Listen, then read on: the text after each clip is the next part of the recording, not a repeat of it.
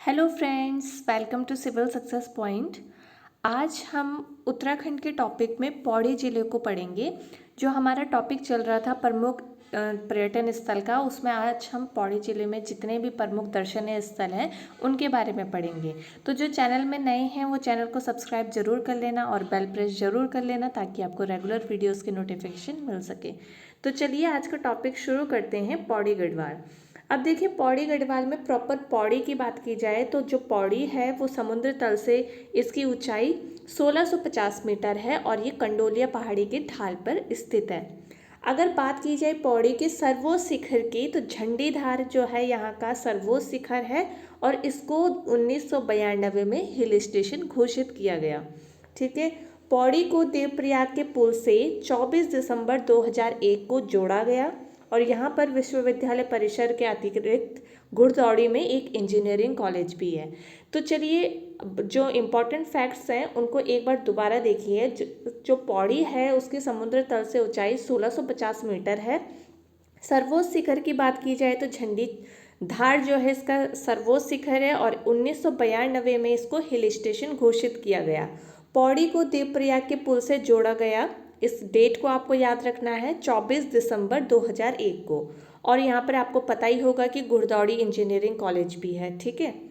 अब बात करते हैं पौड़ी के सामने यानी कि समीप जो दर्शनीय स्थल है उनकी बात करते हैं। देखिए, खिरसू है जो कि बहुत ही अच्छा और सुंदर पर्यटक स्थल है। यहाँ पर कोई भी प्रदूषण नहीं है, तो प्रदूषण मुक्त एक शांत पर्यटन स्थल ये है। ज्वाल्पा और ज्वाला देवी की बात की जाए तो ये पौड़ी और सतपुली के बीच में पड़ता है। ज्वाल्पा देवी देवी दुर्गा को समर्पित ये शक्तिपीठ है। और आगे बात की जाए तो कंडोलिया मंदिर, भीमी की मगरी जो कि एक जलधारा है, भादो की मगरी और इंद्रकील पर्वत, तो ये जो सभी हैं ये पौड़ी के समीप जो है दर्शनीय स्थल है। अगर आप प्रॉपर पौड़ी जाएंगे तो वहीं पर ही आसपास में ही कुछ दूरी में ही दर्शनीय स्थल है, आप यहाँ पर भी जा सकते हैं। बात करते हैं श्रीनगर की। इसको थोड़ा सा ध्यान से देखिएगा क्योंकि मैंने इसको एयर वाइज जो है इसको सजाया है। श्रीनगर की स्थापना की बात की जाए तो 1358 में गढ़वाल नरेश द्वारा की गई थी। 1803 में यहाँ पर एक भूकंप आता है श्रीनगर में जिसमें काफ़ी क्षति होती है, सारा जो है शहर तहस नहस हो जाता है। तो 1804 से 1815 तक यहाँ पर गोरखाओं का जो है शासन रहता है और 1815 से यहाँ पर अंग्रेजों का अधिकार हो जाता है। ठीक है। 1815 से 1940 तक ये ब्रिटिश गढ़वाल की राजधानी रहती है। अगर आप बुक में देखेंगे तो एक जगह में यहाँ पर 1840 भी लिखा है, अगर आप परीक्षावाणी देखते हैं, पर वो 1840 गलत है। अगर आप दोबारा से उस चीज़ को ठीक से पढ़ेंगे तो श्रीनगर वाले टॉपिक में आप ध्यान से पढ़िएगा। 1940 में जो है ब्रिटिश गढ़वाल की राजधानी जो है कहाँ स्थानांतरित की जाती है, पौड़ी स्थानांतरित की जाती है। ठीक है। 1894 में गौना झील के टूटने से अलकनंदा में आई बाढ़ से इस नगर में बहुत ज़्यादा तहस नहस हुआ। उसके बाद 1940 में अंग्रेजों ने जो राजधानी थी वो कहाँ स्थानांतरित कर दी, पौड़ी में स्थानांतरित कर दी थी। ठीक है। तो एक चीज़ आपको ध्यान रखनी है कि 1803 में यहाँ पर भूकंप आया था और 1940 में जो है क्या हुआ था, 1894 में क्या हुआ था, गौना झील टूटी थी जिससे कि अलकनंदा को ऊपर थोड़ा सा बसाना पड़ा था। तो उसके चलते ही जो है 1940 में राजधानी भी कहाँ स्थानांतरित हो गई, पौड़ी स्थानांतरित हो गई। 1969 में पौड़ी को गढ़वाल मंडल का मुख्यालय बनाया गया। 1973 में श्रीनगर में गढ़वाल विश्वविद्यालय की स्थापना की और इसके नज़दीक ही श्रीकोट में एक मेडिकल कॉलेज की भी स्थापना की। तो ये तो बात हो गई श्रीनगर की, प्रॉपर श्रीनगर की। ठीक है। अब श्रीनगर के समीप दर्शनीय स्थल देखिए। धारी देवी मंदिर कलियासौड़ में अलकनंदा के बाएं तट पर यह मंदिर स्थित है और ये मंदिर जो है वो माँ काली को समर्पित है। ये पहले थोड़ा नीचे पे था, अब ये थोड़ा सा ऊपर शिफ्ट कर दिया गया है। देवलगढ़ की बात की जाए तो देवलगढ़ गढ़वाल राजाओं की राजधानी रही जो कि बाद में श्रीनगर में स्थापित हुई। यहाँ राजराजेश्वरी का प्राचीन मंदिर भी है जो कि गढ़वाल नरेशों की कुलदेवी के रूप में प्रसिद्ध है। अगर गढ़वाल नरेशों की कुलदेवी पूछा जाए तो राजराजेश्वरी थी। ठीक है, ये भी आप ध्यान रख सकते हैं इस बात को। और राजराजेश्वरी का प्राचीन मंदिर कहाँ है, तो देवलगढ़ आए तो आप देवलगढ़ टिक कर लेना, और अगर श्रीनगर आए श्रीनगर टिक कर लेना, और डिस्ट्रिक्ट की बात की जाए पौड़ी गढ़वाल है तो पौड़ी गढ़वाल टिक कर लेना। तो इस तरह से आपको ये बातें ध्यान रखनी है। सोम का भांडा की बात की जाए तो देवलगढ़ स्थित ये सोम का भांडा है। ये एक प्राचीन स्मारक है। यहाँ पर जो है गढ़वाल नरेशों की राजधानी थी देवलगढ़ में, मैंने अभी बताया ना। केशवराय मठ जो है भारत के केशवराय नाम पे इस मठ का नाम पड़ा है। शंकर मठ की बात की जाए तो संभवतः इस मठ का जो निर्माण था वो शंकराचार्य द्वारा करवाया गया, इसलिए इस मठ का नाम शंकर मठ है। वरना अगर गर्भगृह की बात की जाए तो यहाँ पर विष्णु और लक्ष्मी जी की मूर्तियाँ हैं, ठीक है। कमलेश्वर मंदिर की बात की जाए तो यह मंदिर पुत्र दाता के रूप में प्रसिद्ध है। तो इसमें जो है बैकुंठ चतुर्दशी के दिन जो रात को खड़े दिए लेकर के पूजा होती है, और कहते हैं कि पुत्र की प्राप्ति होती है अगर ऐसा कोई करता है।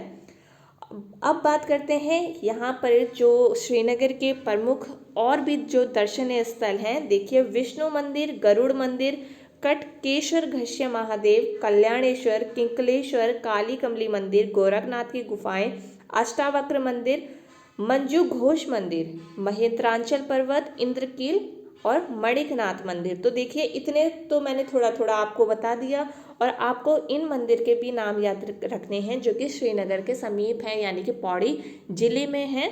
वो कौन कौन से हैं? विष्णु मंदिर, गरुड़ मंदिर, कटकेश्वर घस्य महादेव, कल्याणेश्वर, किंकलेश्वर, काली कमली मंदिर, गोरखनाथ की गुफाएं, अष्टावक्र मंदिर, मंजू घोष मंदिर, महेंद्रांचल पर्वत, इंद्रकील, मणिकनाथ मंदिर। तो ये सब भी आपको ध्यान रखने हैं, ठीक है।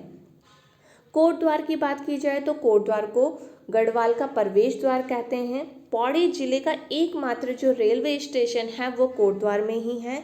ये जो नगर है वो खो नदी के दाहिनी ओर बसा है, और इसके नज़दीक एक मोर ध्वज का किला भी है, ठीक है। तो ये तो बात हो गई कोटद्वार के जो है नगर की, जो मेन जो प्रॉपर शहर है, मार्केट है, वहाँ की बात है। अब बात करते हैं कोटद्वार के समीप जो है दर्शनीय स्थल, उनकी बात करते हैं। सबसे पहले बात करते हैं कर्णाश्रम की, जिसको चौकी घाट भी कहते हैं। वर्तमान नाम इसका चौकी घाट ही है।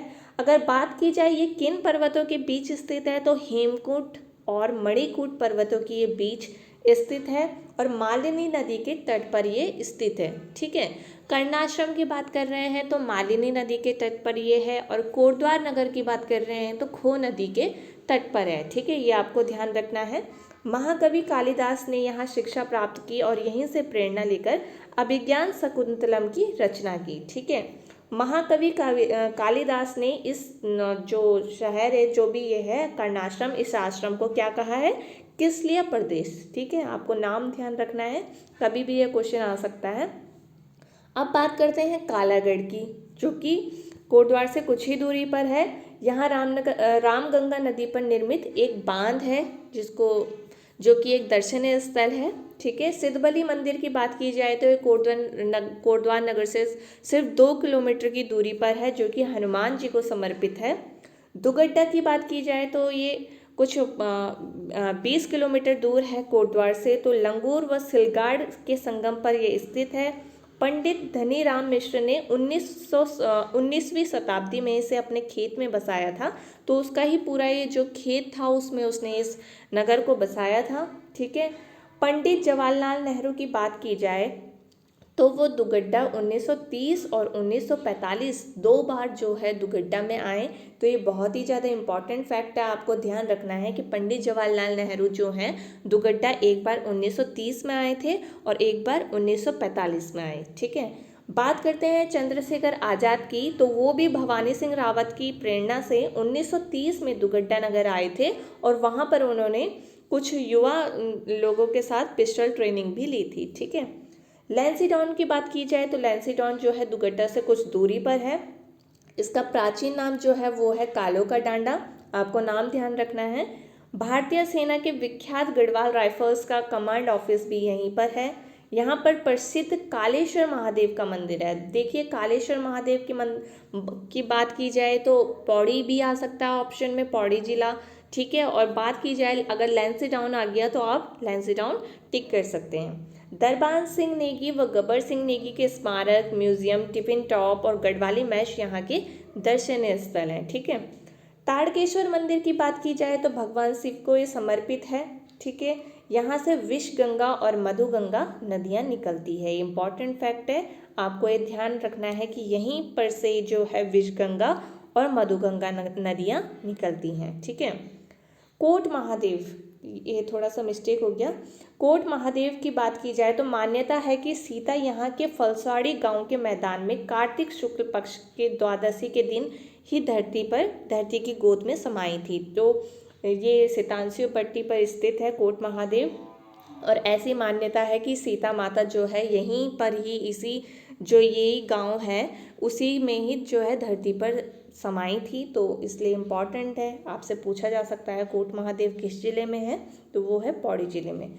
बिनसर महादेव की बात की जाए तो पौड़ी चमोली जो सीमा पर ये मंदिर स्थित है, और तालेश्वर दान पत्रों में इसे क्या कहा गया है, विरणेश्वर स्वामी। ठीक है, आप ध्यान रख सकते हैं इस नाम को।